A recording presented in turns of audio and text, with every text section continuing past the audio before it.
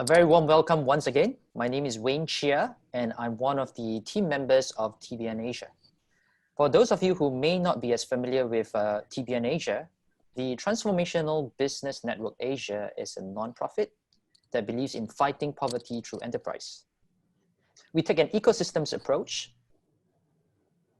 for supporting social entrepreneurs in Southeast Asia. In this region, we believe in collaboration, empowerment, dignity, hope, and restoration.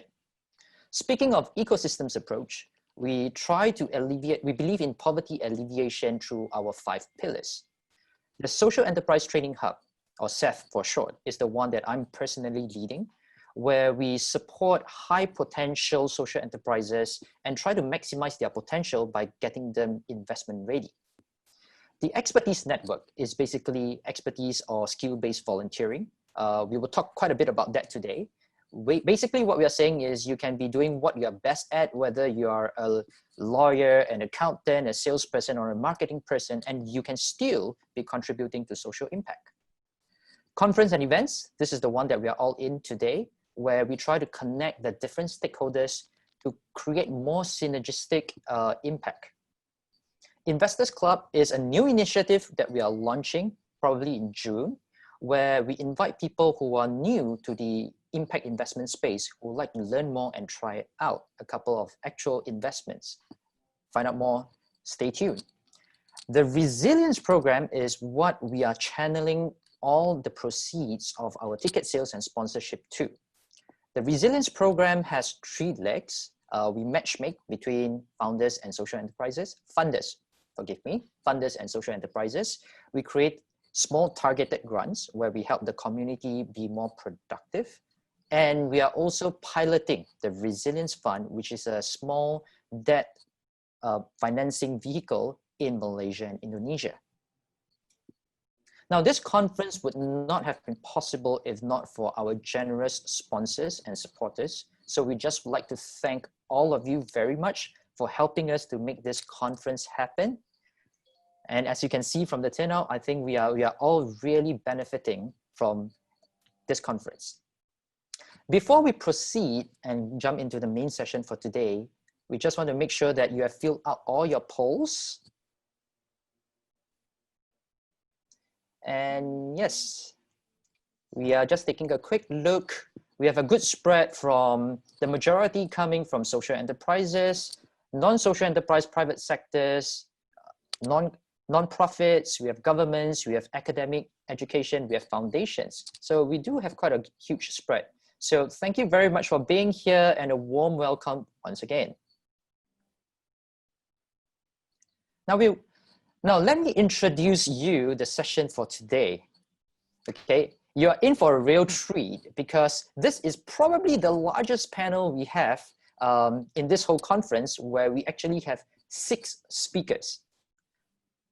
Now the purpose of this panel is just to let 3 social entrepreneurs share the kind of expertise support they had throughout their whole journey. And we actually bring those experts on the panel as well. And we have the best moderator possible for the job, because this panel is all about people. And whenever I think people person, somehow Christy Davis immediately comes to mind, because she's always the life of the party. Yes, Christy. So would you help me to warmly welcome Christy Davis, Executive Director of the Lien Center for Social Innovation and the lead for TBNAsia's Expertise Network. Christy, please. Okay, I have to say that's like the best introduction I've had like in a really long time. Hi everybody out there. I'm just pretending that I can see all your amazing faces. It's so exciting to welcome you.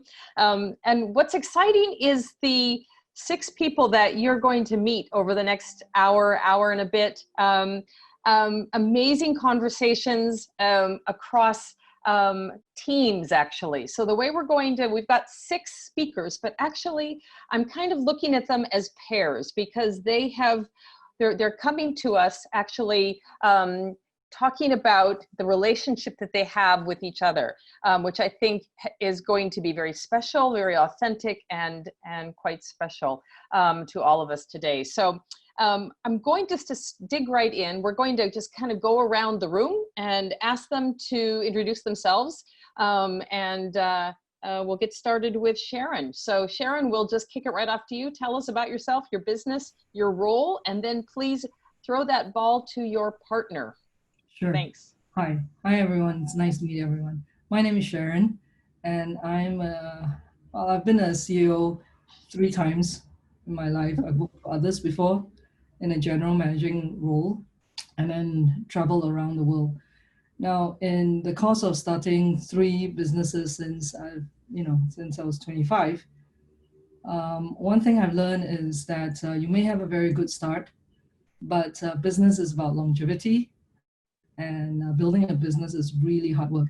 So why am I here? All right, I decided to give my time and actually to partner with others, just as others have partnered with me to keep me going all these years and to where I am. So I want to do that for others. I can't think of a better thing to do with my life. All right, and that's why I'm doing what I'm doing.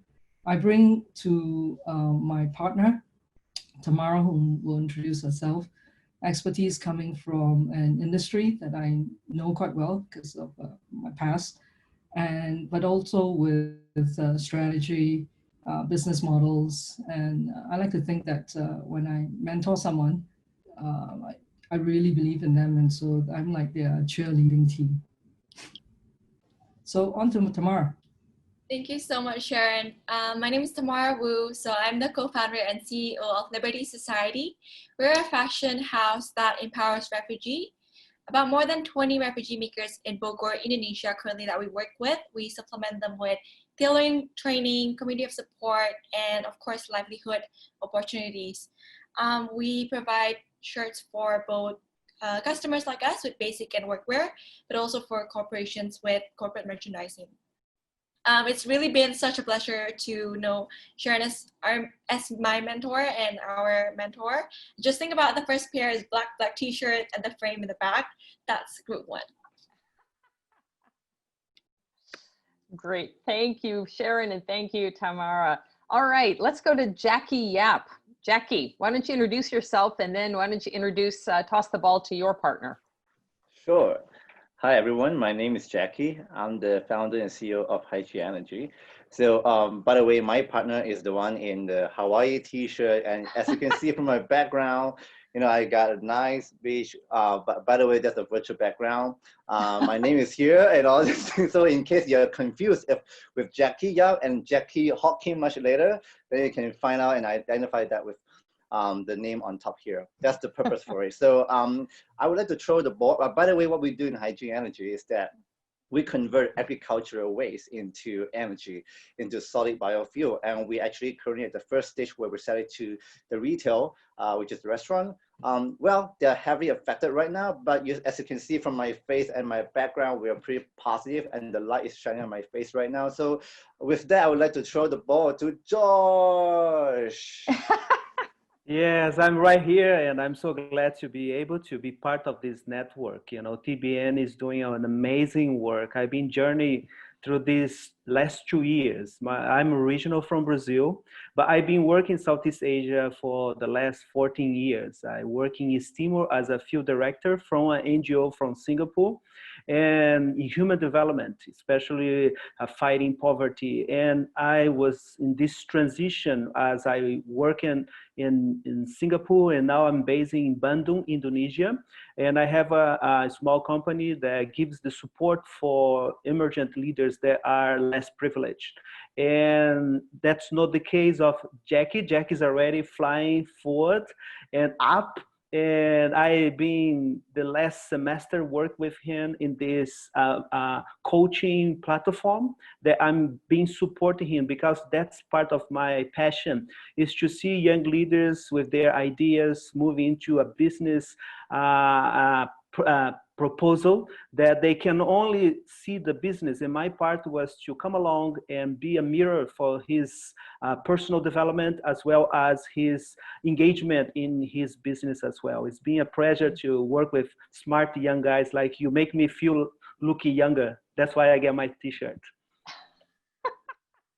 Thanks, Josh. All right, let's go over to our other Jackie, Jackie Hawking. Why don't you introduce yourself? Sure. Hey guys, and thanks so much for everyone All of the other events and panels have been so great so far, so it's been really inspiring. Yeah, I'm a documentary filmmaker in the beginning, and I got kind of tired of documenting all of the problems in the world and moved to Singapore to become an entrepreneur and actually start working on the solutions. So for the past 10 years, I've been an entrepreneur building strategy and storytelling for businesses to become the solution for the world's problems and not the cause. And I was really lucky to work with some really incredible social enterprises and businesses, purpose-driven leaders like Maxim. And it hasn't been like a mentor coaching relationship like some of the others in this chat. It's really, I probably have learned just as much from Max than I've shared with him about strategy and storytelling. So yeah, it's been an incredible journey. I'll let Max introduce himself. Great, thanks. Thanks, Jackie. Thanks, everyone. Yeah, you call me Maxim for once, and in your life, that was weird. My name is Maxim Pora, but everyone calls me Max. I'm the managing director of Winnow. Winnow is a company that was founded just on a simple belief that food is too valuable to waste, and that actually technology can be used to help.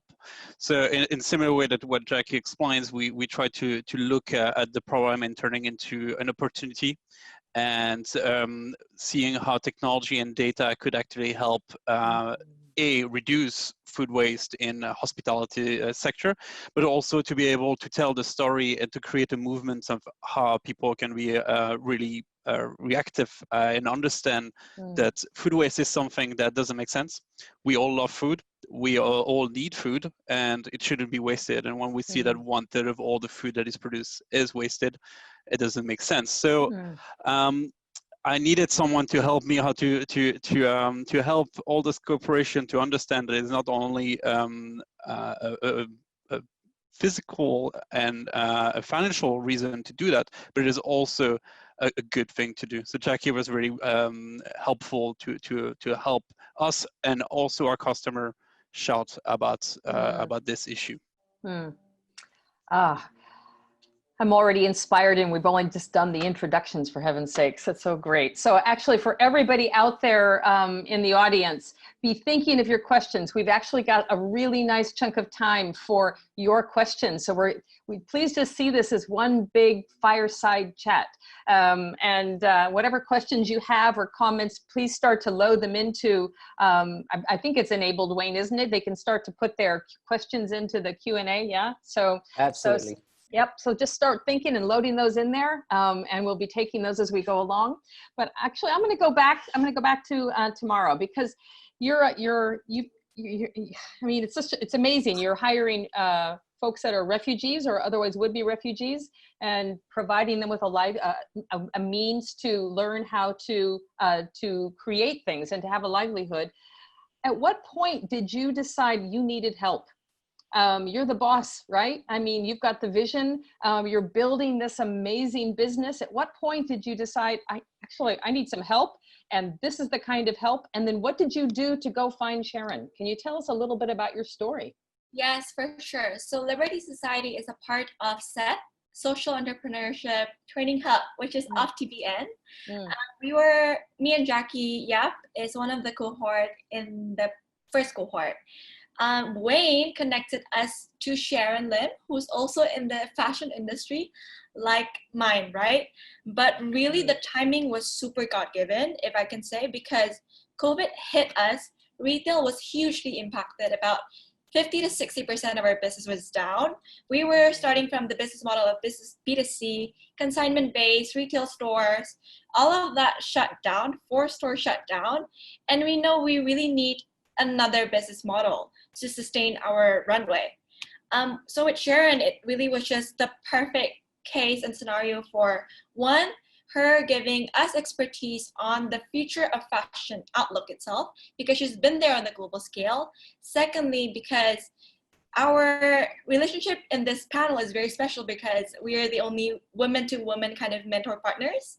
And for me, I just, as an early 20-year-old entrepreneur, we just don't see a lot of role model out there who are like male successful entrepreneurs. So for me to be seeing Sharon Lim, who has been in the industry since she was 24 and making it big in the industry, it just provided me with not just kind of the knowledge of it, but also the morale boost that, all right, we can also do it.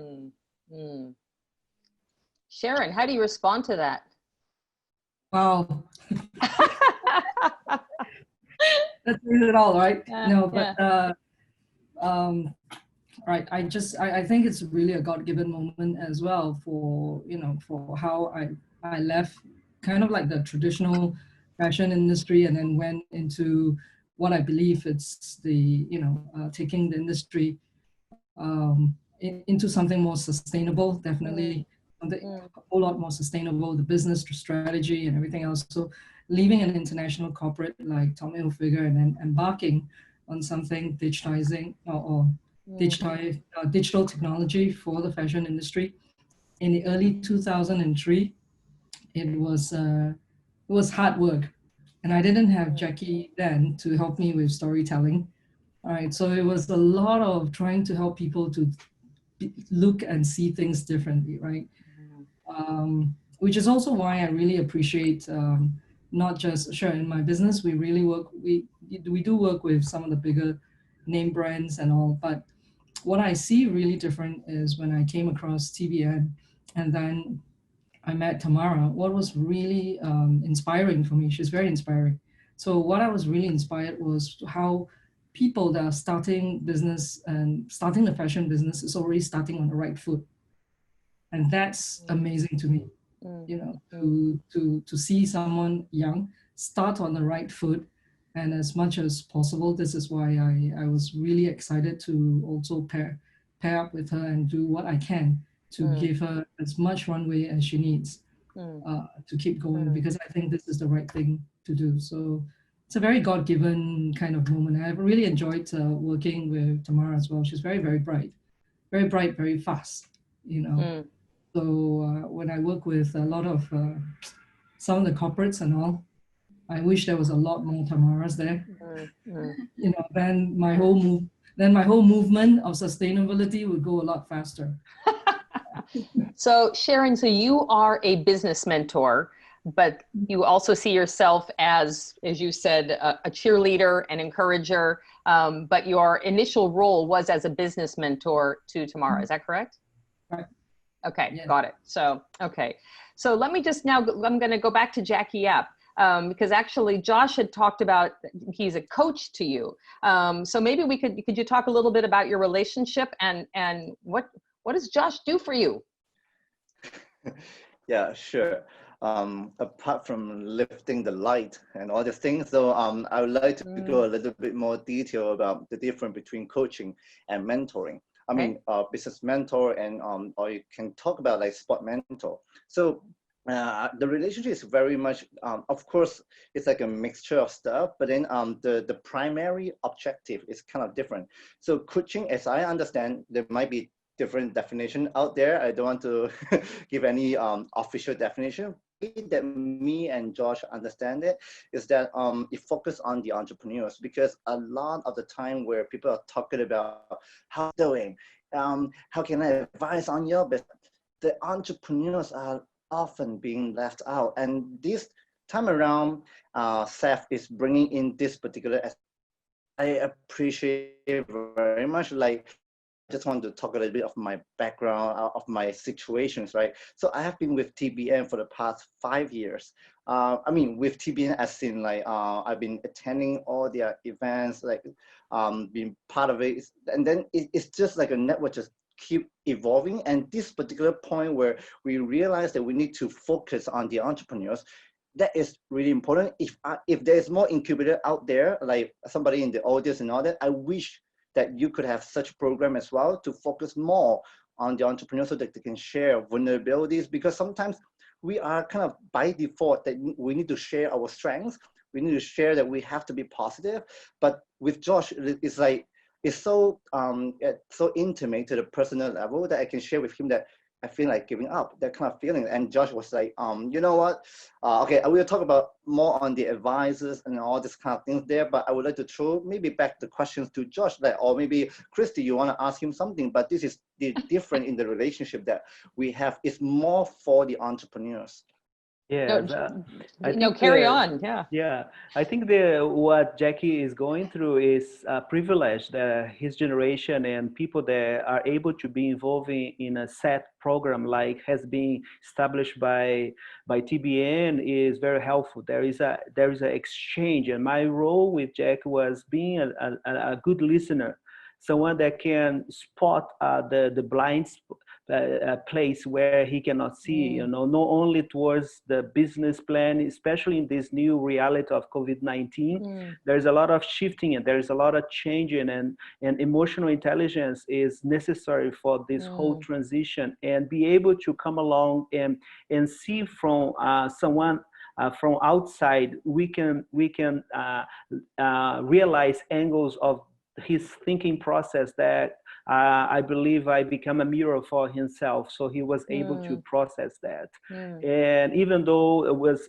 in a long distance chatting, there was so much things that I could see that he was able to get the aha, oh, all right, I need to think about that. And it was very brilliant, this journey. It's a journey that we process together. And I think that is all the purpose. I think there is the mental relevance for entrepreneur to walk along, so he's not going to be by himself, but also there is a coaching process, because the entrepreneur success is not only related to the success of the business itself, it's also related to his holistic individual personal development as well. And awareness is one of the points that through the conversation can bring up, and that is brings a lot of value for the journey, because you can have success with your business, but if you along the way you get burnout, you get breakdown, is gonna not be very good. So I think that is the point that we sometimes pause,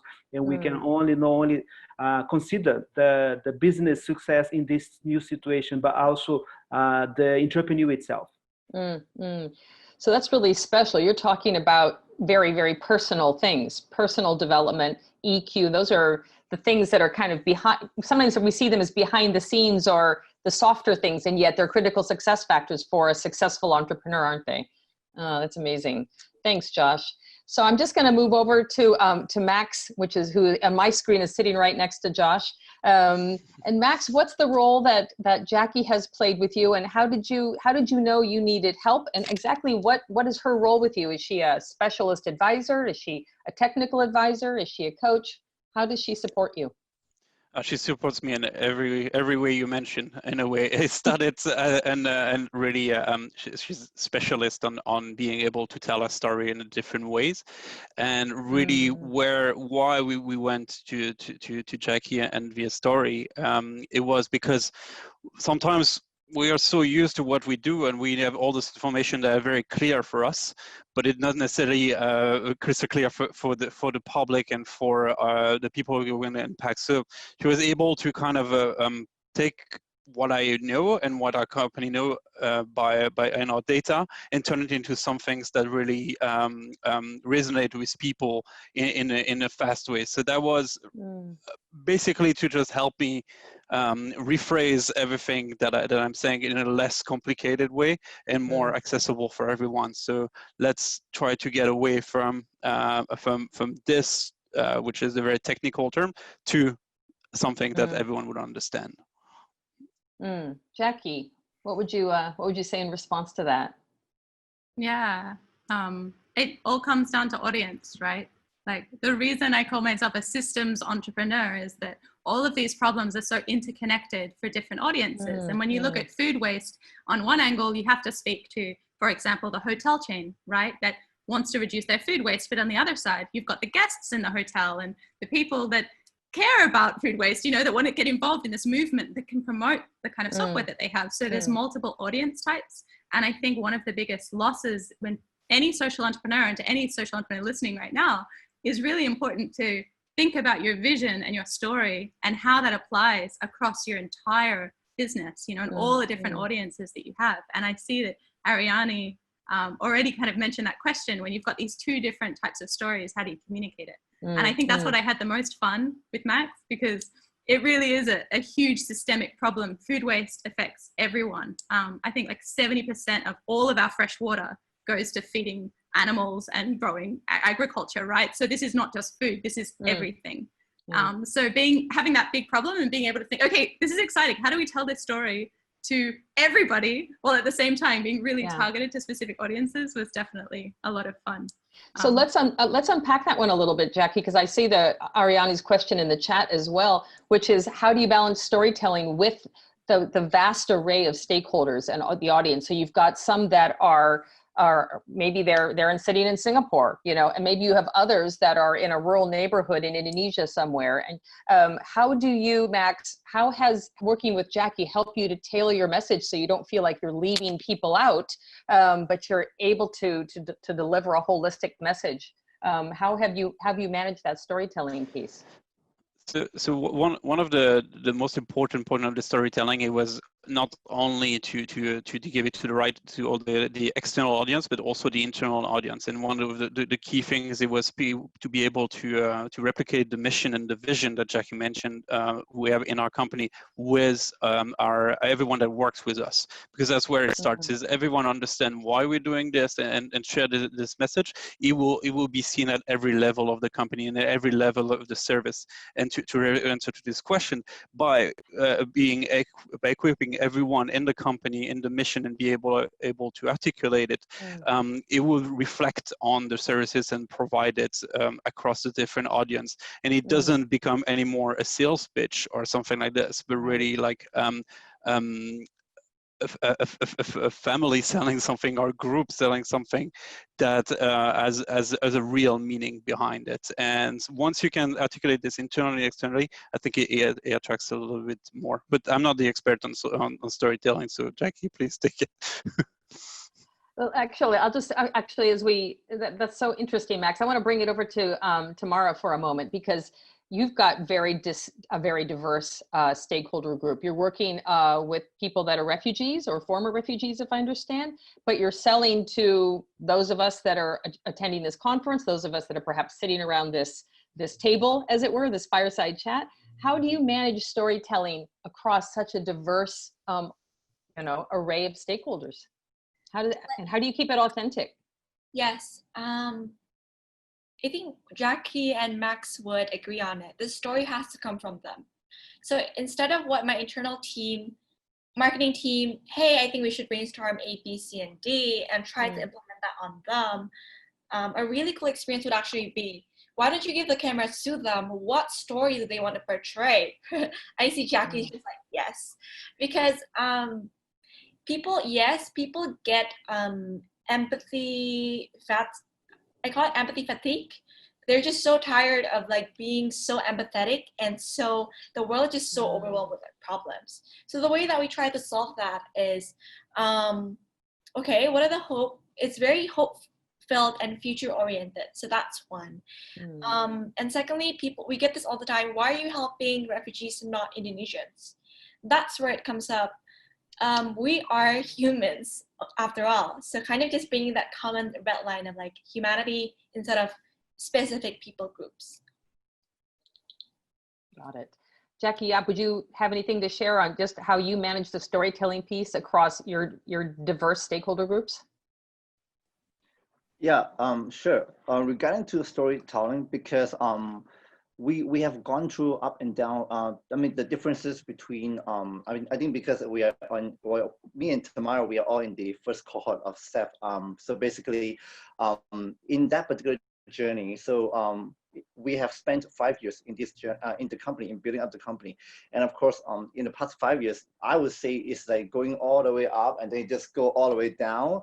And the story I wouldn't say the story changes, but it's the reality that it changed certain stakeholders. So, and I would say that we just need to go to our stakeholders and then polish the story, because in the beginning we were actually working on the waste called water hyacinth, but at a certain midpoint there, we face a certain cash flow issue, and we have to make certain decisions to kind of turn it around. And then now we are focusing more into coconut as a agricultural waste. So, and that involved 2 different communities, and that kind of change in the storytelling method. And I mean, not just that, but with the beneficiaries, and then gaining the trust, and then kind of like put a video like what Tamara say. So that takes some time to actually kind of film that as well. So in terms on the storytelling, I would say not maybe apart from the angle that we storytell it to more people, we would say that how do we storytell internally so that the entire board, the entire team, and the entire stakeholders who people around you, they get to know what is the motivation that keep you going. And that's the question they always get asked. I think that is another side of the storytelling. Instead of to the masses, is to the people around you, like to the family members and all that. So they've been not understanding like what keeps you moving, and you know, those kind of things. So even sometimes I myself couldn't figure out that until Josh came in, like try to kind of bring in some perspective and say, make me to think like, aha, that kind of thing. So this is what I think I have to emphasize that focusing on the entrepreneur's story. I mean, his story or her story. I think that's the most powerful way for founders or a co-founder to tell a story, because sometimes even a successful company, when they take off, the story may be like, I just want to build a game platform, but now it becomes like a co-working tool. So that kind of thing. Josh, do you want to say anything to support that? Of course, there is always something to say. The first thing, I love to hear stories. People always have an exciting stories. And the beautiful thing is, if we have the right attitude, there's no dead end story, a sad story. There is always a way that we can turn something that might be a failure, might be a negative output, that can turn into something that can become the strength. I think that is the power of a story. If we take from the right attitude, our stories can become a fuel, an energy that leads to innovation and changing the world that is internally and around us. Another thing is, as we look into our stories, is interrelated to the situations or people's stories around us. And that gives us like the sense of integration. We are not alone in this journey as our story is being unfolded. And as we interrelated to others, common points can bring together collaboration and integration and a joint venture. And then that's where my experience can help somebody else along the road, and the same way towards my need, so my stories can be improved and grow. And in business goes through the same way. There is always has to be a sense of authenticity, reality, humbleness, and a learning process. This is where our stories turn into a powerful element to make a difference in our world. Thanks. So you mentioned some of the stories are sad and some of them are hard, and there's always a learning process. So I'm just looking at pairs now. So Sharon and Tamara. Fifi is in our audience is really curious about challenges. So could you guys share a really specific, a hard story, a challenge that you had and that you worked through together? For sure. Yeah, maybe I can start and then Sharon can jump on. I do want to share something very specific about Celebrity Society is in process of fundraising. I was frustrated. The team was desperate. It's either my mindset that time was, it's either we take the money or the business folds. And Sharon helped me give a longer and higher perspective in that, to say there are other options. Let's you can see my face. Sorry, I got distracted. So let's look at the higher picture. Let's look at kind of the bigger picture and longer picture here. So basically, what I really love what Sharon did during the mentor-mentee relationship was that she unearthed my fears. Like during our call with me and my founders, it was very clear I wanted to push the deal forward at the cost of my co-founders' disagreement. So everyone was fighting with each other, and Sharon saw that. Sharon focused on me as an entrepreneur and says, all right, Tom, you have to put family first. Like it's always a familial leadership more than it is always about kind of the profit of the business. So that's what I really love about kind of where what Sharon says to me really has credibility, because from the beginning itself, she showed three things: goodwill through asking me questions, expertise through really just her background that she mentioned, and ethics. So I love the values that she brings for us in the business. And I think that kind of trust and experience and story that she tells just opened my mind, and it leads to a behavioral change. Sharon. Yeah, I think that there's no one who starts off, you know, as an entrepreneur or in business that doesn't go through any problems. Business itself is like life, you know, you have ups and you have downs. And what and I tell people this, I say that you work with me not because I'm the best, but you work with me, all right, because I have the most wounds. That's a lot of scars and that's a lot of wounds. So those are the things those are the stories that I can bring. All right, the many times where I've been in similar position with as Tamara, to see that it's either this or that. But you know, after you live through it, you realize that no, it wasn't just A and B. That's C, D, E, F. You know, and all it is was just reframing those challenges. I said I've been in business, you know, pretty much since 25, but also worked in corporate. And I've never seen a company not go through trouble. I've gone through the 97 Asian financial crisis. I've gone through the, you know, 2000 internet burst. And then I've gone through, you know, the 2008 mortgage crisis, and then now COVID.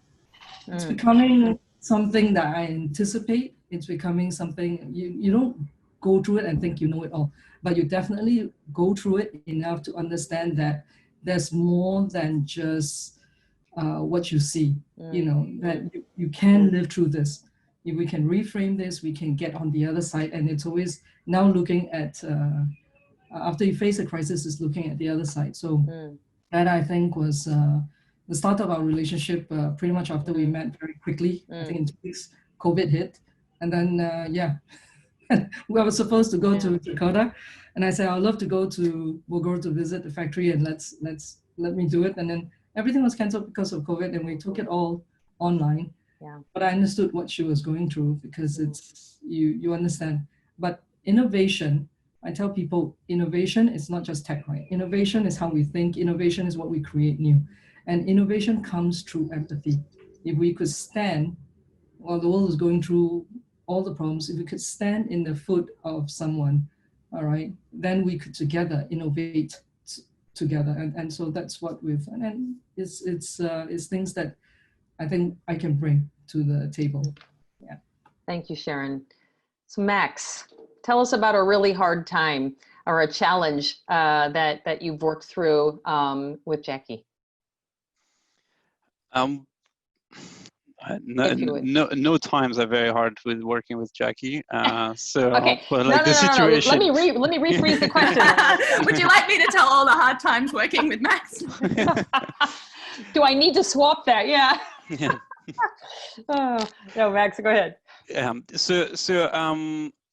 I think there is the difference of the end goal, and to be able to argument with each other, like why our idea is the one that's going to work. And when you build a relationship with someone and you work, it's harder to disagree on something. But what was very impressive is when we were supposed to give a vision for one of my clients. That is a hotel brand. It's Club Med, actually. I can just say who it is. I don't not hide it. And we have different views of the message that has to be shared, because we had the input from our investors, the input from the clients, and Jackie knew some things that I didn't, and was challenging me on this. So the hard point, it was we both had valid points, is to be able to create dialogues and understand how we can find a compromise and actually solve this. So it's really to be able to list all the options, review them, narrow the problem to something easier to solve, and look at the complication and find a resolution together. And I think this particular story is one of my favorites. So because it adds pieces of both words, and able to find a balance that was working for everyone. So I think any conflicts can be solved when there's a dialogue. Mm. Jackie, you want to just you want to share your side of the story? Yeah. I guess it's not that specific example, but more just a generic way of working, right? When you're telling a story or when you're collaborating, or even for any of you guys in that kind of relationship with different partners involved. At VSS, we kind of have this really fun way of measuring whether a project is successful or not. And of course, part of that is performance, right? But we have other things like play. Do people have fun while they're on this project? And are they proud of the quality of the work? Right? Is it purpose driven? Is it fulfilling something meaningful? And when you can get everyone inspired about that story and everyone connects to it on that emotional level, like what Sharon was saying, that's when innovation happens, because everyone feels from the heart, and if you can wrangle that positioning, all stakeholders can come together and you can actually create something really powerful. So I think that's like the key learning for me.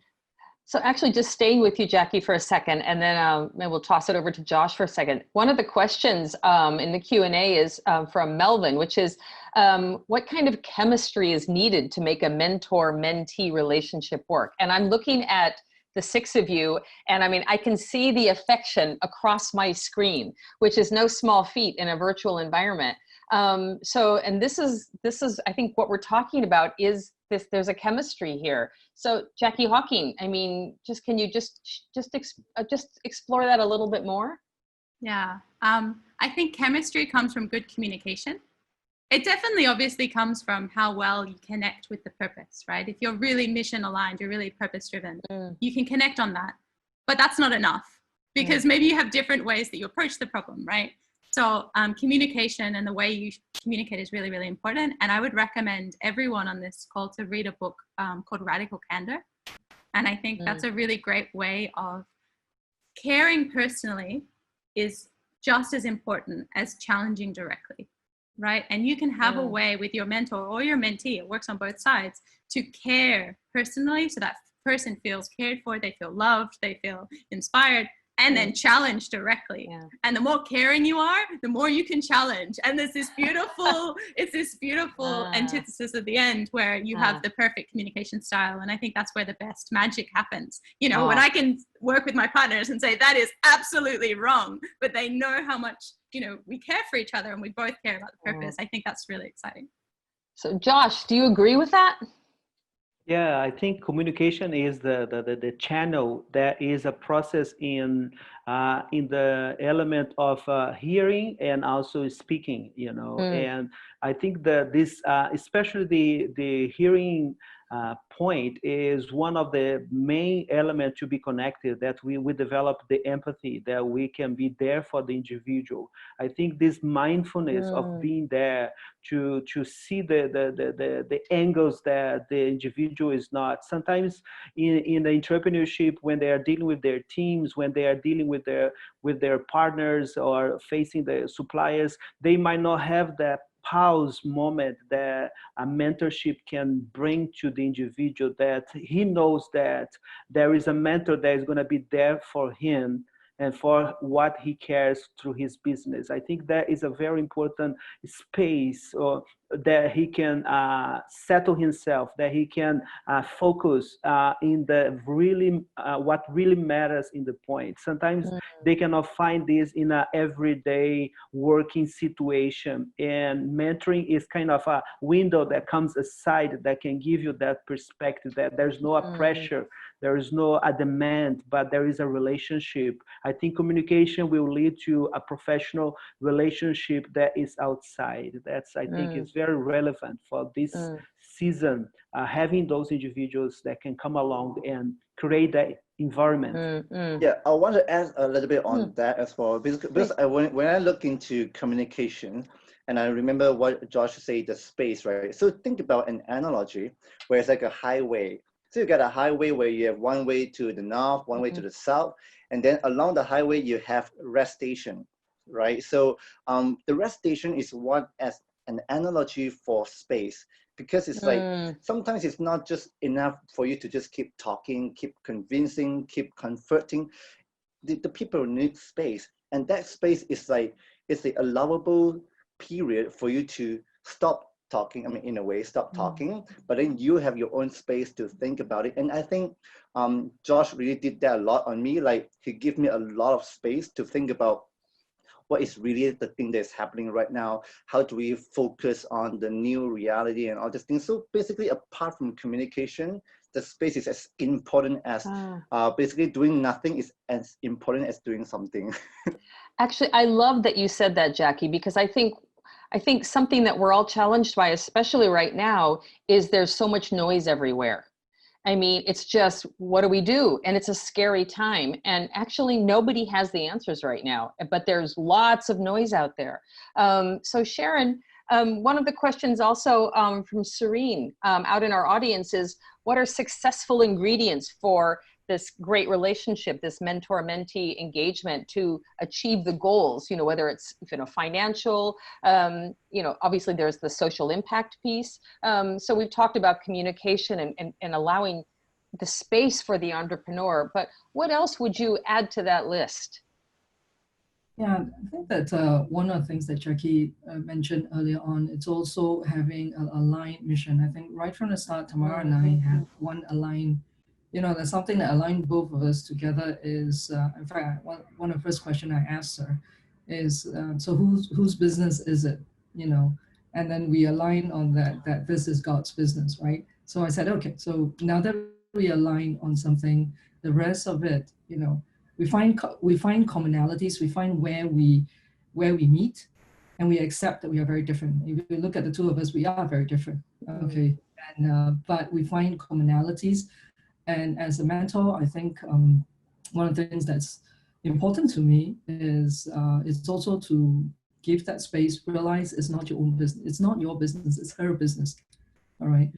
And that's really important. I think sometimes that relationship becomes tense if you don't know who's, you know, and in a company, when we run a company, you know, there's different stakeholders, there's different people involved in a company. So pretty much the same company culture comes into this type of mentor and mentee relationship as well.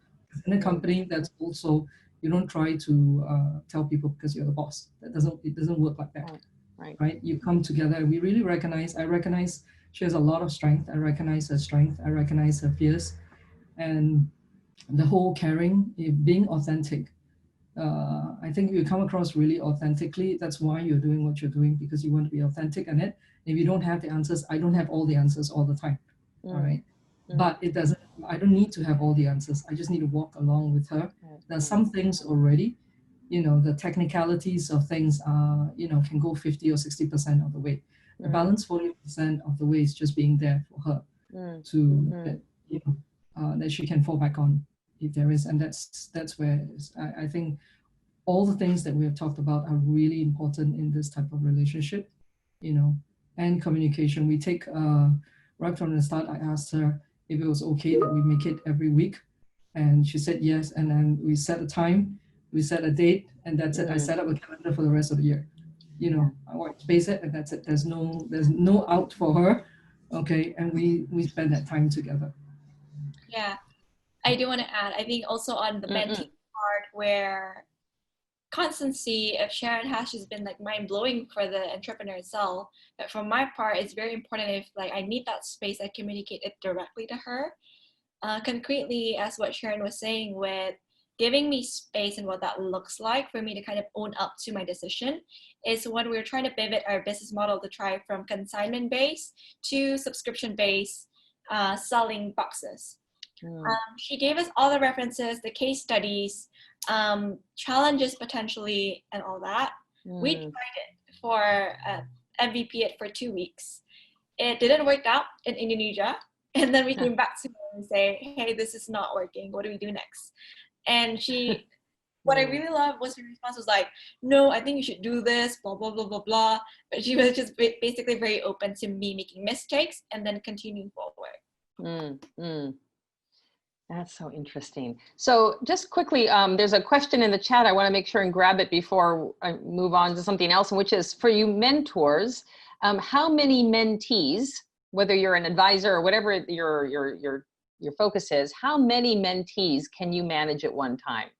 There's a question from someone. Sorry, I missed the name. Somebody in here in the chat. How many mentees can you manage? Chris is asking.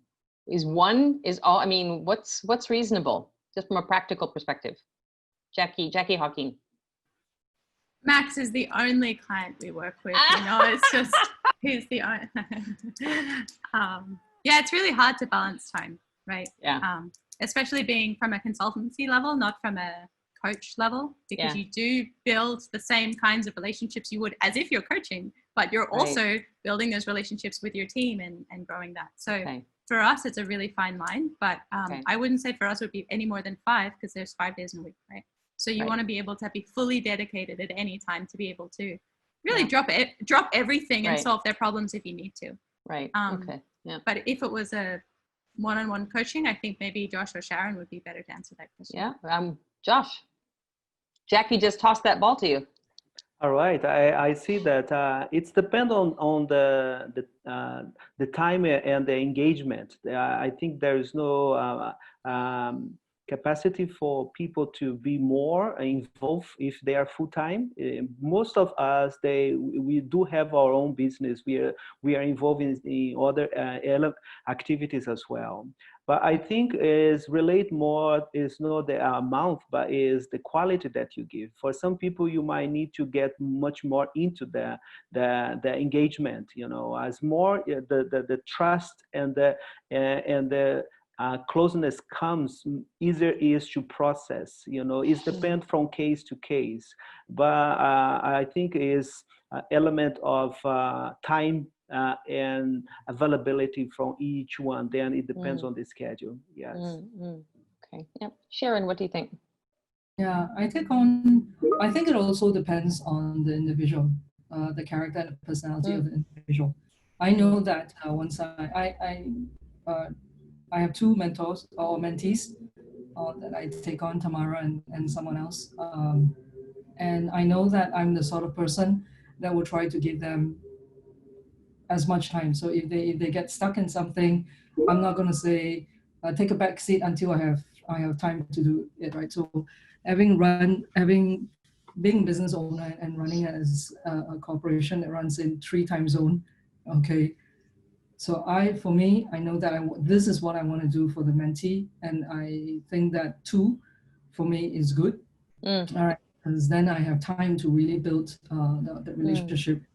See how they are doing, check in on them, talk to them, and then also find other ways that I could help them. So this is also how I try to also bring some expertise to the mentee as well. So let me just stay with the mentors, the 3 of you, for just a moment, because there's a question from Carrie about, have you had a situation, and it may not be these 3 mentees that are on in the room, but during busy or stressful times, sometimes the mentee may have limited receptivity to what you have to offer, or maybe you're tackling something together, but whether it's, you know, operations or focus, that sometimes the mentees are like, you know, I can't absorb anymore. How do you guys, and actually I was going to start with the mentors, but the mentees actually chime in. How do you manage when you're like maxed out and we can go to Max just because that was a marvelous unintentional pun. Max, when you're maxed out in your brain and Jackie's like, hey, you could do this and this and this, you know, how do you manage that in the relationship? I think it's the exact times that you want to be able to have someone to come and support you, because in my experience, because I'm also mentoring, but also I'm a mentoree, so I'm in both sides. And I think like the best time is someone that's not going to tell you should do that and you should do that and tell you a solution, but like take a different approach to help you step back, ask the right questions, make you refocus the problem and what you're trying to solve instead of telling you what to do. And I think it's exactly on the times where you think that you're never going to get anything done, that the whole world is about to fall into you. That's the right time where you have this person say, hey, just take one thing at a time. What is the most urgent? How can we split that and really encourage into this? So really, the time has to be like, I don't say I don't have time. I choose not to have time for something, and make the time for this, because this is going to be able to help you see that it's not, the world is not going to end. You can take one task after another and you will get where you want to be. So recommendation, go see your mentor when you're stuck. Go see your mentor when you're stuck. I like that a lot. Jackie Yap, you've talked about pulling off into rest areas. Anything you would add to that on this topic? Yeah, sure. I think when one person is when one mentee is actually mass out, there is one time in my entrepreneurial journey that when I get maxed out, I don't know, I have really too much to take care of. So what I did was I actually talked to this mentor. He's a lawyer. So basically, I mean, that was like last 2 years ago. Like we were running a factories, and then we were like, the productivity wasn't running. The productions of the factories is like less than 30% of the total capacity. So that's where I felt like we can do this. We can rearrange the machine. We can do this and we can do that. We can take care of the distribution channel and all this thing. So what I did back there was too many advices, too many things that we can improve on. So what I did was I was talking to this mentor. I was like, I'm gonna bring in my whole team and then be mentored by you. Is it okay? So can you conduct like 2 days like intimate courses or intimate sessions, like from morning 9 until 6 p.m. in the afternoon? We just spent that 2 days together with the whole team. And that was just so much relieving. So I think, let's say, for example, if you found your, because I think sometimes this is like a sharing of the mentorship with the people around you. If that happened between you and your spouse, then maybe you can take your spouse together to that particular session. So I think this is what I did 2 years ago. Got it. All right. Thanks, Jackie. Tamara, what do you do when you're maxed out? Specific to mentorship or relationship, right? Yeah. Or what does Sharon do with you when you're maxed out? I get Give her Friday off. So our mentorship time is actually Friday night, perfect time. But we get creative with the way that we communicate. So sometimes I hate WhatsApp and I would just email it to her, or we would get on a call very quickly. So just kind of switching out different mediums. Okay. Okay, got it. So something else, thanks. So anybody on this topic from the mentors, Sharon or Josh or Jackie Hawking, would you like to add anything else on this one, or we can move on? You guys are good? So actually, oh yeah, okay. So I want to just call out the elephant in the room, which is actually, it's not really, probably don't need to, and that is that we're in the middle of a pandemic. And some of you have referenced how your business models have had to change as a result to this changing environment around us. Can you talk a little bit about how, as partners, how you are partnering together to walk through what may be one of the most difficult times of your lives so far anyway? Massive challenges. You want to talk anything? You all have talked about the journeys that you're on. Can you just talk a little bit about how are you in practical ways responding? It could be you're pivoting your business model, you're looking at new options, you're trying out something new like Tamara, and then 2 weeks later, whoop, didn't fly, we're going to do something else. Jackie Hawking, please. Yeah, no, I just want to say one thing that I think is really important is that it's even when you're not super active, or you're like, you're not focused on a project, or you finish your project, or you've launched a project, I think that personal relationship is really important to maintain through the hard times. Because in the same way that when you're in the hardest times, it's, you don't want to speak to anybody, you just want to be able to focus on your work. And I think that that's really important when you should be keeping in touch with everybody. Yeah. So I think the best thing for mentors, and for mentors listening, not the other side, is that for everyone that you've supported, even in the past, just checking in on them and making sure they're okay. Because I think the one thing that everyone feels right now is fear and uncertainty and all of these wonderful human emotions that everyone can relate to. And the more that we acknowledge that and can just remind each other that there are like-minded people that believe in, doing good things and bringing the world together and solving these global challenges, just that in itself is so important. Yeah. And sometimes we can get so lost in the work we need to do and the coaching and the mission and the business and everything else. I think sometimes in the worst of times, when everything is falling apart and something like COVID, is just check in and make sure everyone's okay. Because especially founder burnout is a real, you know, that's a pandemic in itself. Thanks, Jackie. Josh.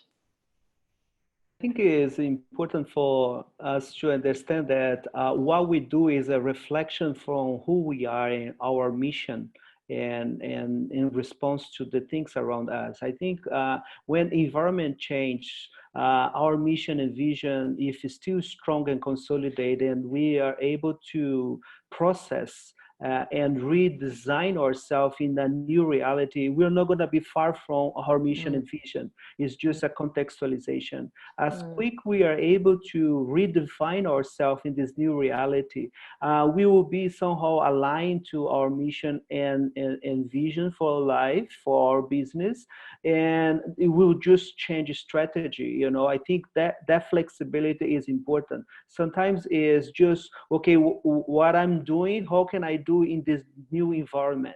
So having time to see, explore, and understand the new environment is very important. So I can adjust without compromise who am I and what is my mission for. I think that's required is a healthy place that we can do. If we try to do in order, push the desperate button and start to do without think, without reflection, without adaptability, I think we, no matter how strong we are in the previous season, we can hurt ourselves, hurt our business and people that are around us. So pause is important for adaptability and then move strategically.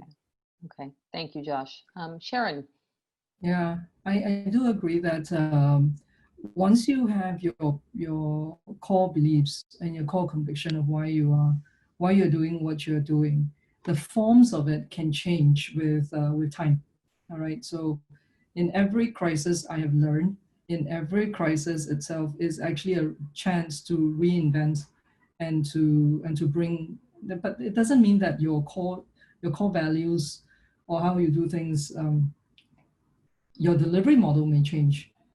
All right. So for example, like with Tamara, it's very clear to me that her core values and her core conviction is to provide this livelihood in a sustainable way for these migrant women. This was very clear right from the start. So her model may have been in retail and B2C type of a model, and which of course in COVID is really hit. Okay, but there are other ways right now in COVID. The form itself is still exactly the same. You still want to provide livelihood. So what are the other livelihoods? Let's look up. Let's see how we can still meet that goal. That goal, I feel that it's also why I'm giving my, I really want to invest my time. Okay, if I can invest everything, I'll just invest time into this because it's purposeful. We live in a world that's very unjust. Okay, and many businesses are very broken, and we keep doing the broken things again and again and again. And everybody is afraid to make the change because of the bottom line, because of the top line. Everybody's busy knowing something's wrong, but they keep running. And this inherently is, you see it in many businesses, right? Yeah. So I'm not that I want a crisis to happen, but I know it will. And when a crisis happens, for me, it's always a good news, because it means that we jump off that wheel, we start to rethink, and the rethinking, being able to jump off and rethink, is actually the most exciting time for any business. So that's the core still remains the same. I still want to help, Liberty Society to make sure that the livelihood of the migrants are taken care of. Now we just have to find, what's the front end, but the back end doesn't change. The delivery model may switch a little bit, the business model may switch a little bit, but there's a way to provide that livelihood. That doesn't change. We just have to get creative. Thanks, Sharon. That's really special. So I want to stay really kind of serious. We've got a really serious, interesting question from Janice, and she said, she's just saying, you guys are successes and success cases, and that's so amazing. Are there any failures here? Is anybody willing to talk about something that didn't work out as you had planned, and what did you learn from it? How'd you get through it, and how'd you learn from it? you have another session for us? How long have you got? So Max, please, succinctly. I mean, we all want to talk about where we succeeded, but the reason personally, I can only talk for myself, the reason I succeeded, it was Winnow, and for now it's a success. Also, it's never fully a success. Is because of all the failure, and I think Sharon mentioned this earlier. Is not necessarily the best. Is how many wins you have and how many failures you have. So definitely. When I founded my first company, when I moved to China in 2007, and I was I was fresh out of uni and thought I knew everything and I was better than everyone and that I could solve a problem of sourcing the furniture in China and in the world and everything, and I completely failed because I didn't know everything. And I looked at a full solution instead of focusing on one thing, and all those lessons and what went wrong and in this first trial helped me do the second one. And guess what? The second one failed because I learned other lessons, and I was like, okay, let's do the third one and the fourth one, and you get to a point. And I learn way more from all those I don't like to call them failure, all those life experiences and teachable moments, to be able to build and remember, like, hey, I did that last time, it didn't work, maybe I should try a different way. So failures are necessary, I would say. Jackie Hawking, did you want to jump in there too? Yeah, no, I think everyone kind of was smiling and laughing at that question, just because, I mean, also as someone, you know, on my fourth company, you only get there through failing, right? And learning, and that is exactly how you grow. So the idea of being an unsuccessful entrepreneur is just an entrepreneur that gave up, right? There's no such thing as an unsuccessful entrepreneur if you just keep going. And I think that's pretty resonant with anyone in a CEO leadership position. It's mentioned a lot that the one thing that all of the greatest CEOs have in common is that they didn't give up. And that's it. You know, the people that can stick it out, and you won't do it if you're only driven by money, right? Because it's just too hard. No one would bother with the pain and effort that entrepreneurship is. But if you're really driven for a purpose greater than yourself, then yeah, you're going to fail a ton, and that will in turn make you successful. Wow. So mentees, I'm looking at the entrepreneurs here. Question for you is, how do you go about shopping for a mentor? Asks PC in the chat. Where do you find them? How do you choose them? What criteria do you look for? Tamara, you're in retail. I'm going to start with you, man. How do you go shopping for a mentor? And if you don't have a Seth program, and you don't have a Wayne that's that's overseeing this really cool training hub, what do? You want to talk about shopping for a mentor a little bit? For sure, absolutely. Go to the mall called Mentor Only. Just kidding. This is actually a great question. I actually joined a community where it's called Minos Community, where they pair you up. I was a mentee. I applied for it. It's an entire process. They set me up with any mentor that I want to. But kind of just me, naturally, I love learning. So I love reaching out to people through LinkedIn. Just like, hey, I love your work. Do you mind jumping on a call? It can be someone from Grab, Gojek, whoever. I'll call them up and I'll say, this is what I'm passionate about. So if everyone know me in Jakarta, it would be Tamara, the refugee girl, because they know that I talk about my mission a lot.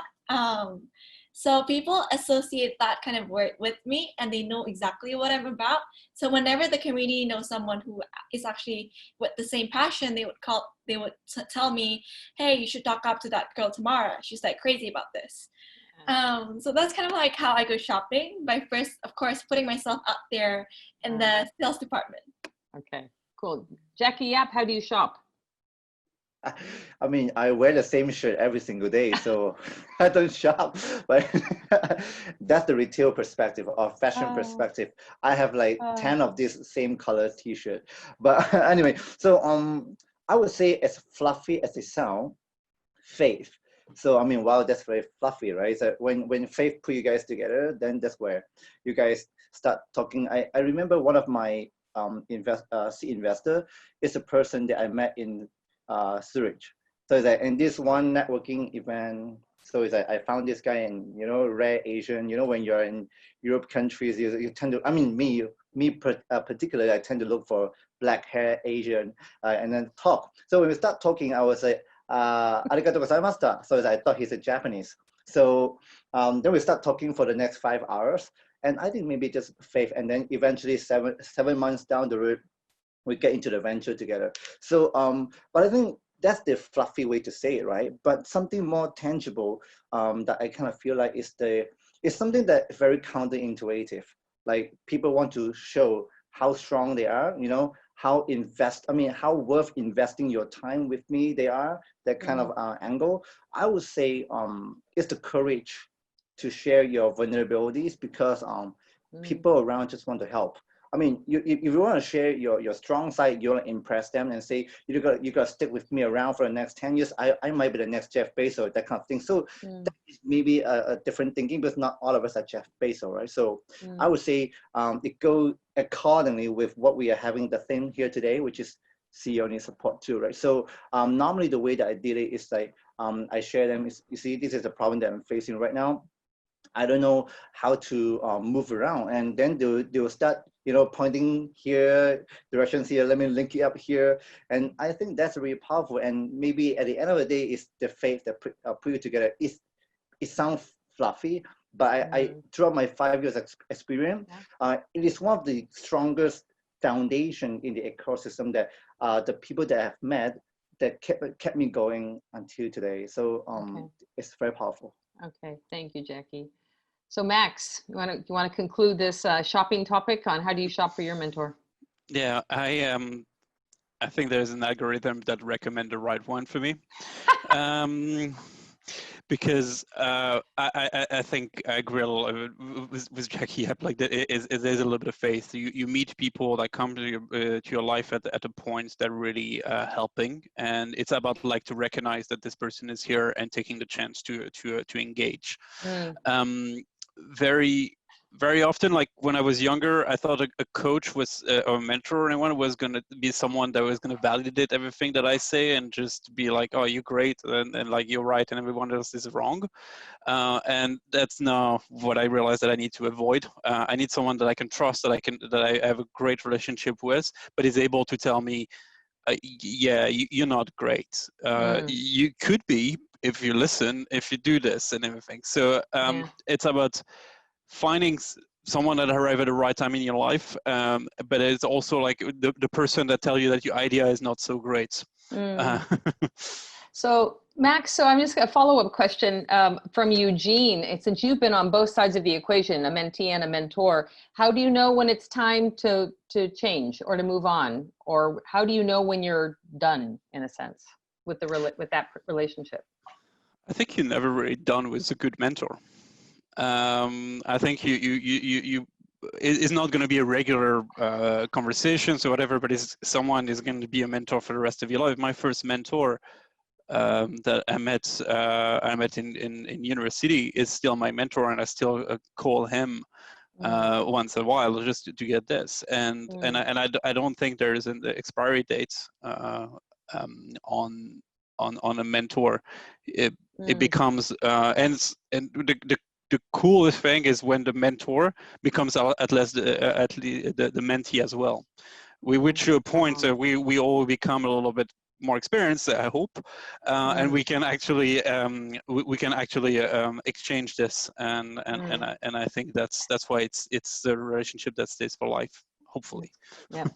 Yeah, I want to add something there. I think the mentorship doesn't really end like what Max said. I think it evolves. So, like the lawyer that I mentioned a while ago, when I feel messed up with all this mentorship, I bring in my team, right? So that mentor, we eventually evolve into another stage where we talk about a different project. So it's about a little bit of kind of advertisement here. It's called a For-Purpose Enterprise Project. What we do there is we try to help companies to align their CSR with marketing. So because there's a lot of people trying to do just CSR, right? So try to see how can we align the CSR with marketing so that it doesn't sound too much like a greenwashing, that kind of stuff. But well, what I'm trying to say here is that it evolved into a stage where you can give opinion as well.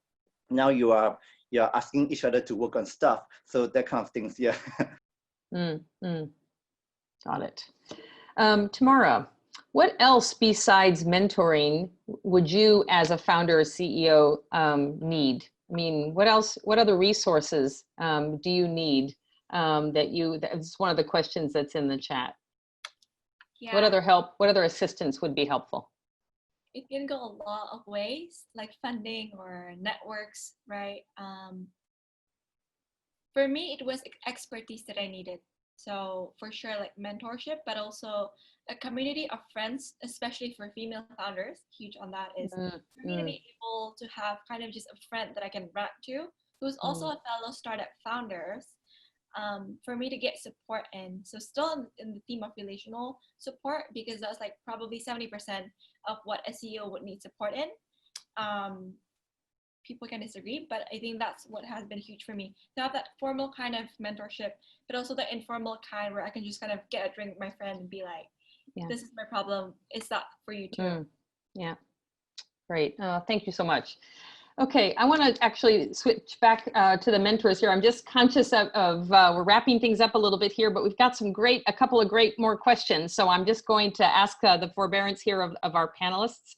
Mentors.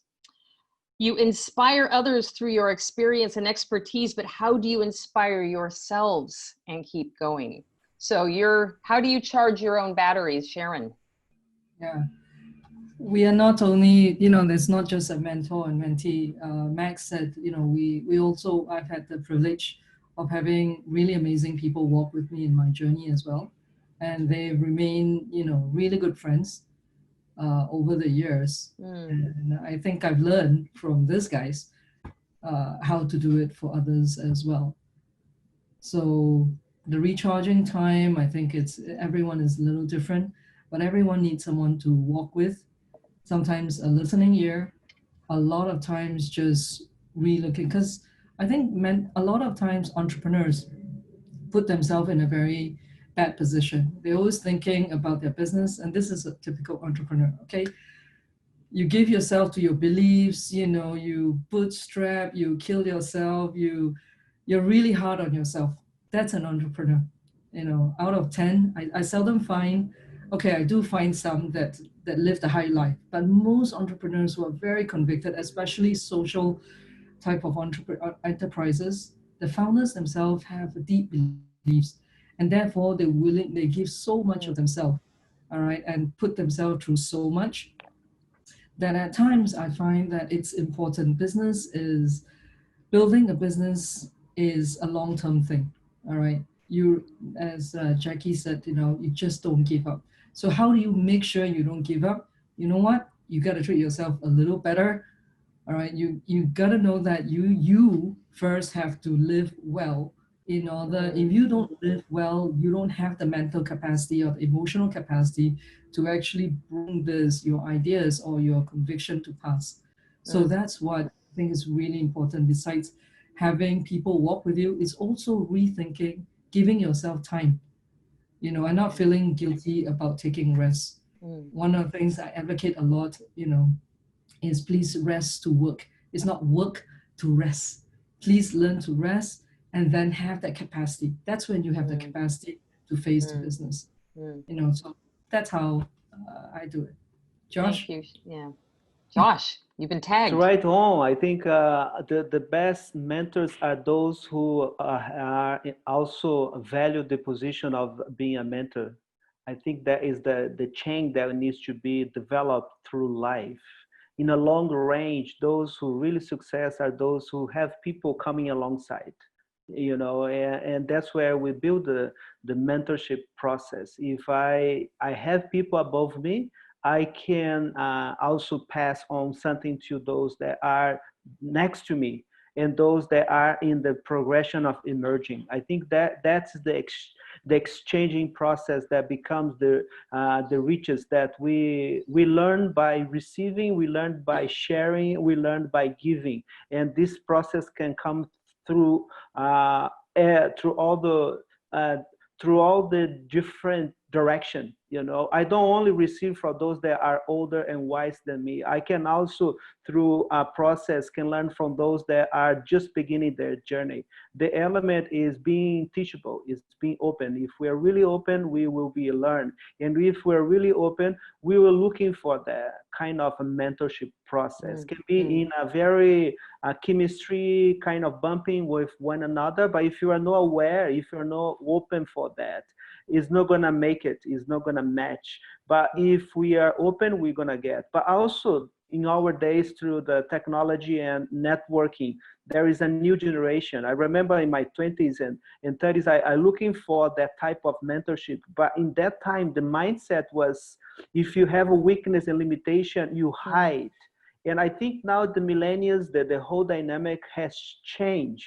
So if I have a limitation, I'm looking for someone. I think that's a healthy way to respond, no matter where we are in our journey. Okay, thanks, Josh. Jackie Hawking, you want to round that up?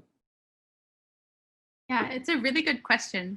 I think reconnecting with your own purpose is really important to stay energized, and contrary to not just surrounding yourself with amazing people, but also removing people that don't give you energy is really important. I think one of the most best lessons I've ever learned from other mentors that have helped me is that, like, you need to protect your energy. Your energy is your magic. And do everything you can to protect that energy. And whatever is weighing you down, whatever is uninspiring you, rather than always trying to keep inspired, because like you said, that's very simple. There's so much inspiring stories out there. There's so many amazing people out there. It can be overwhelming. So it's not just about that. It's also about removing what's giving you weight, you know, getting to know yourself really well. Where do you feel heavy? How do you feel today? You know, becoming more self-aware. I think that's helped me a lot, and, you know, enables you to be sustainable forever, right? Because we're in this for the long haul. That's terrific. So thank you, Pinal, out in our audience, for that amazing question.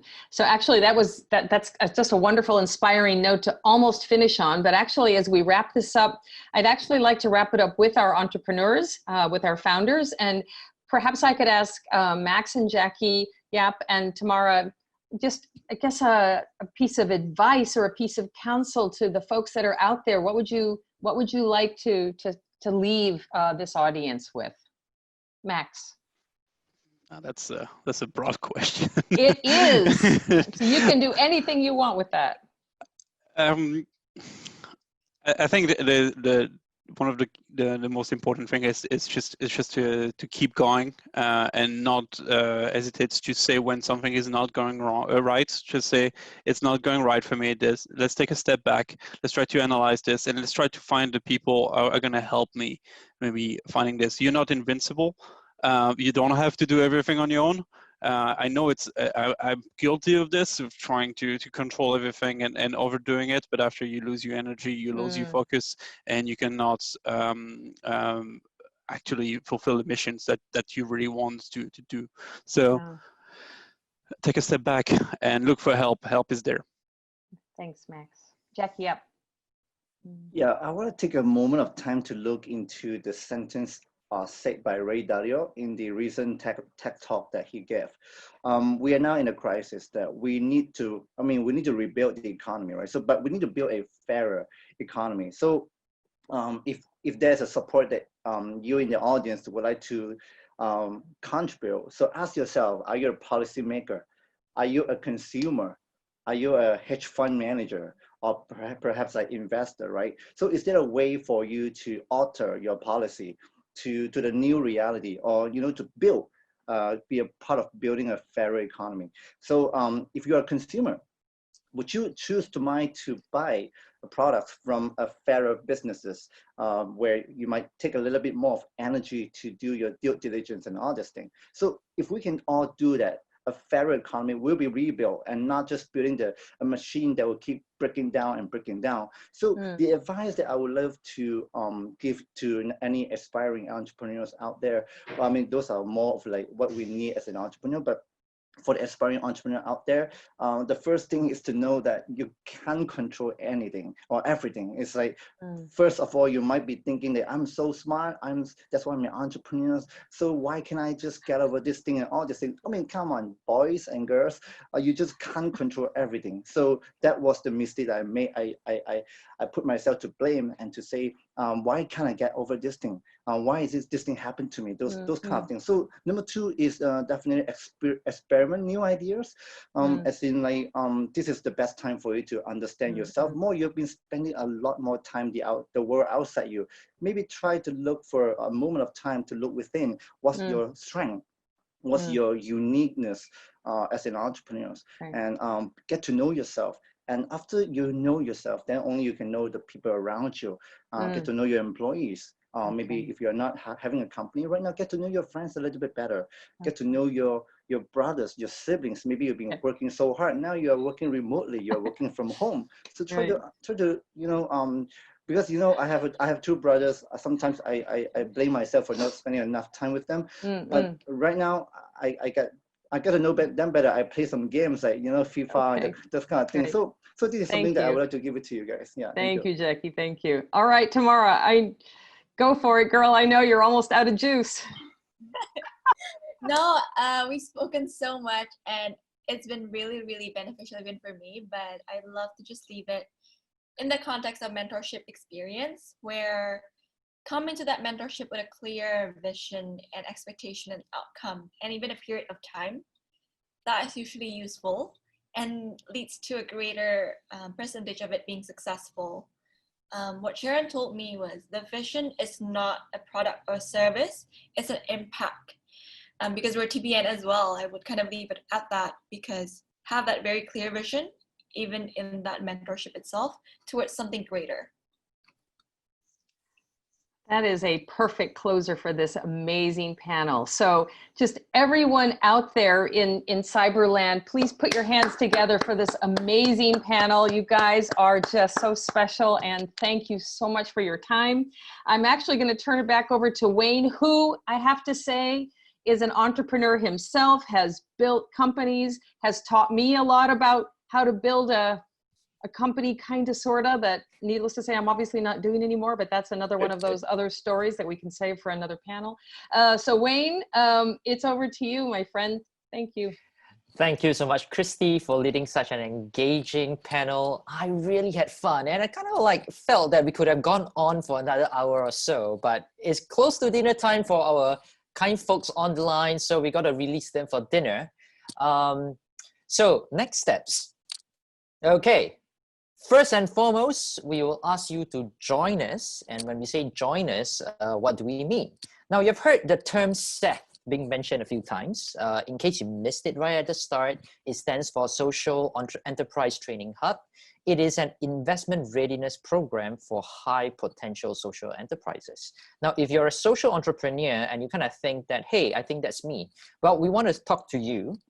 We have just, both Tamara as well as Jackie are actually on the first cohort, and we were doing very well until COVID hits, and we literally had to pivot the whole program.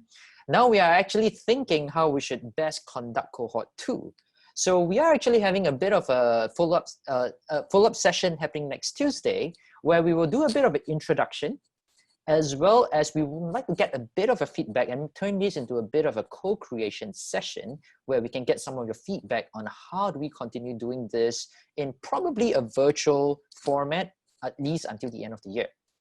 So that is the SEF follow-up session happening next Tuesday. And we also have the Expertise Network follow-up. As you have heard from our very engaging speakers, actually for TBNAsia, we classify our experts into 3 categories. You could be a business mentor, like how Sharon is to Tamara, meaning that you are very experienced in a particular business and you know it from head to toe. And you would like to find someone who has somewhat a similar business, but probably 4 years, 5 years, or even 10 years ahead of you. So that is how we define as business mentorship. And then we have your specialist advisors, someone like Jackie to Maxime, who is pretty much a specialist in the specific area, storytelling, for example. Now, I understand Jackie does much more to Max, but we'll just use that as an example. And last but not least, a coach, which is how pretty much like how Josh is to Jackie. A coach job is not so much interested in the business, but he or she is more interested in the entrepreneur. As what Jackie said, asking the right questions, giving the right space, at the right stops, right? Asking reflective questions. That's the coach's job. So if you feel that you can fall under any of these three categories, we want to speak to you. What we are basically saying is that you can still hold on to be your day job and be the best of what you do professionally, and you can still contribute to social impact. We are having an expertise network follow-up session next Wednesday where we'll share a lot more. So with that, we are bouncing a poll right now to just get a bit of a feedback about this session, as well as getting you to indicate your interest on joining one of the two follow-up sessions. So just making sure that you're seeing the poll showing. All right, we will love for you guys to just give a lot more feedback and just to indicate your interest, whether you'd like to join our follow-up sessions happening next Tuesday and Wednesday.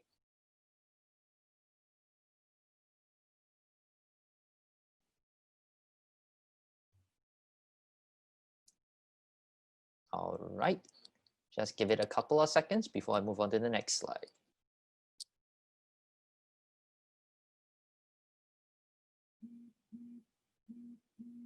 Well, thank you very much. I see a couple of you have indicated that you would like to find out more, you'd like to join the session. Seems like we are going to have a lively session, lively participation happening next week. Thank you so much. Christy, we have to be prepared. We have a couple of interested people. Okay, I'll leave the poll running and I'll just move on to the next slide. Next session, this is happening tomorrow morning. We have All Hands on Deck, part 2. If you have joined us this morning, you would have heard the interesting discussion that we had. Tomorrow's session, we are going into a deep dive. We have Stella, once again, from YCAT Ventures, moderating the panel, and we will have our esteemed panel talking again about co-funding solutions for Southeast Asian social enterprises. Now, we have a bit of a surprise for you. Tomorrow afternoon was meant to be an empty session, just to let everyone rest. But surprise, surprise, we now have a new session coming in, and I'll explain a bit of the rationale. Right? We were not thinking of doing this at all, but we realized that all around the world, when the government, pretty much all governments are asking the citizens to stay home, there are people who don't have the privilege of staying home. As such, we felt really compelled to make this session happen because we are talking about how do we capitalize affordable housing through shelter enterprises in Asia. So we have a very interesting panel ranging from entrepreneurs to accelerators, such as the one from Habitat for Humanity. And the session will be moderated by Priya, who's the co-founder and CEO of View Growth Philippines. And of course, we will also have impact investors like Mason on the board. With that, remember, help us to spread the word. Our tickets are still available. Next slide, please. Our tickets are still available. As you guys know, all proceeds of the tickets goes to our resilience program. So help us spread the word. We still have very good sessions coming up. We are not quite there. We are not quite done yet. And help us to promote TBN Asia on social media. Not forgetting, if you'd like to find out more about any of our 5 pillars, this is all of us. Our contact details is already on the chat window, so you can take a look there. All right, in case you need to contact any one of us, you can also do that through the app or through the website. And last but not least, there is Social Enterprise Saturday that's happening this Saturday. So we have 36 social enterprises that are exhibiting on Saturday. They are not only exhibiting, but they're also presenting. Next slide, please. So If you want to get intimate and close up with some of these social enterprises, you want to know more about their business model, how you can help them, or even ask questions, join us this Saturday. The details are in the email that you would have received, or if not, you can go to the website. There's always more details there. Learn more about how you can interact with all the social entrepreneurs and see how you can contribute to impact. With that, thank you very much to all of you and to our esteemed panelists and to our moderator, Christy. It has been fun, and we wish you guys a very good evening and take care. See you tomorrow.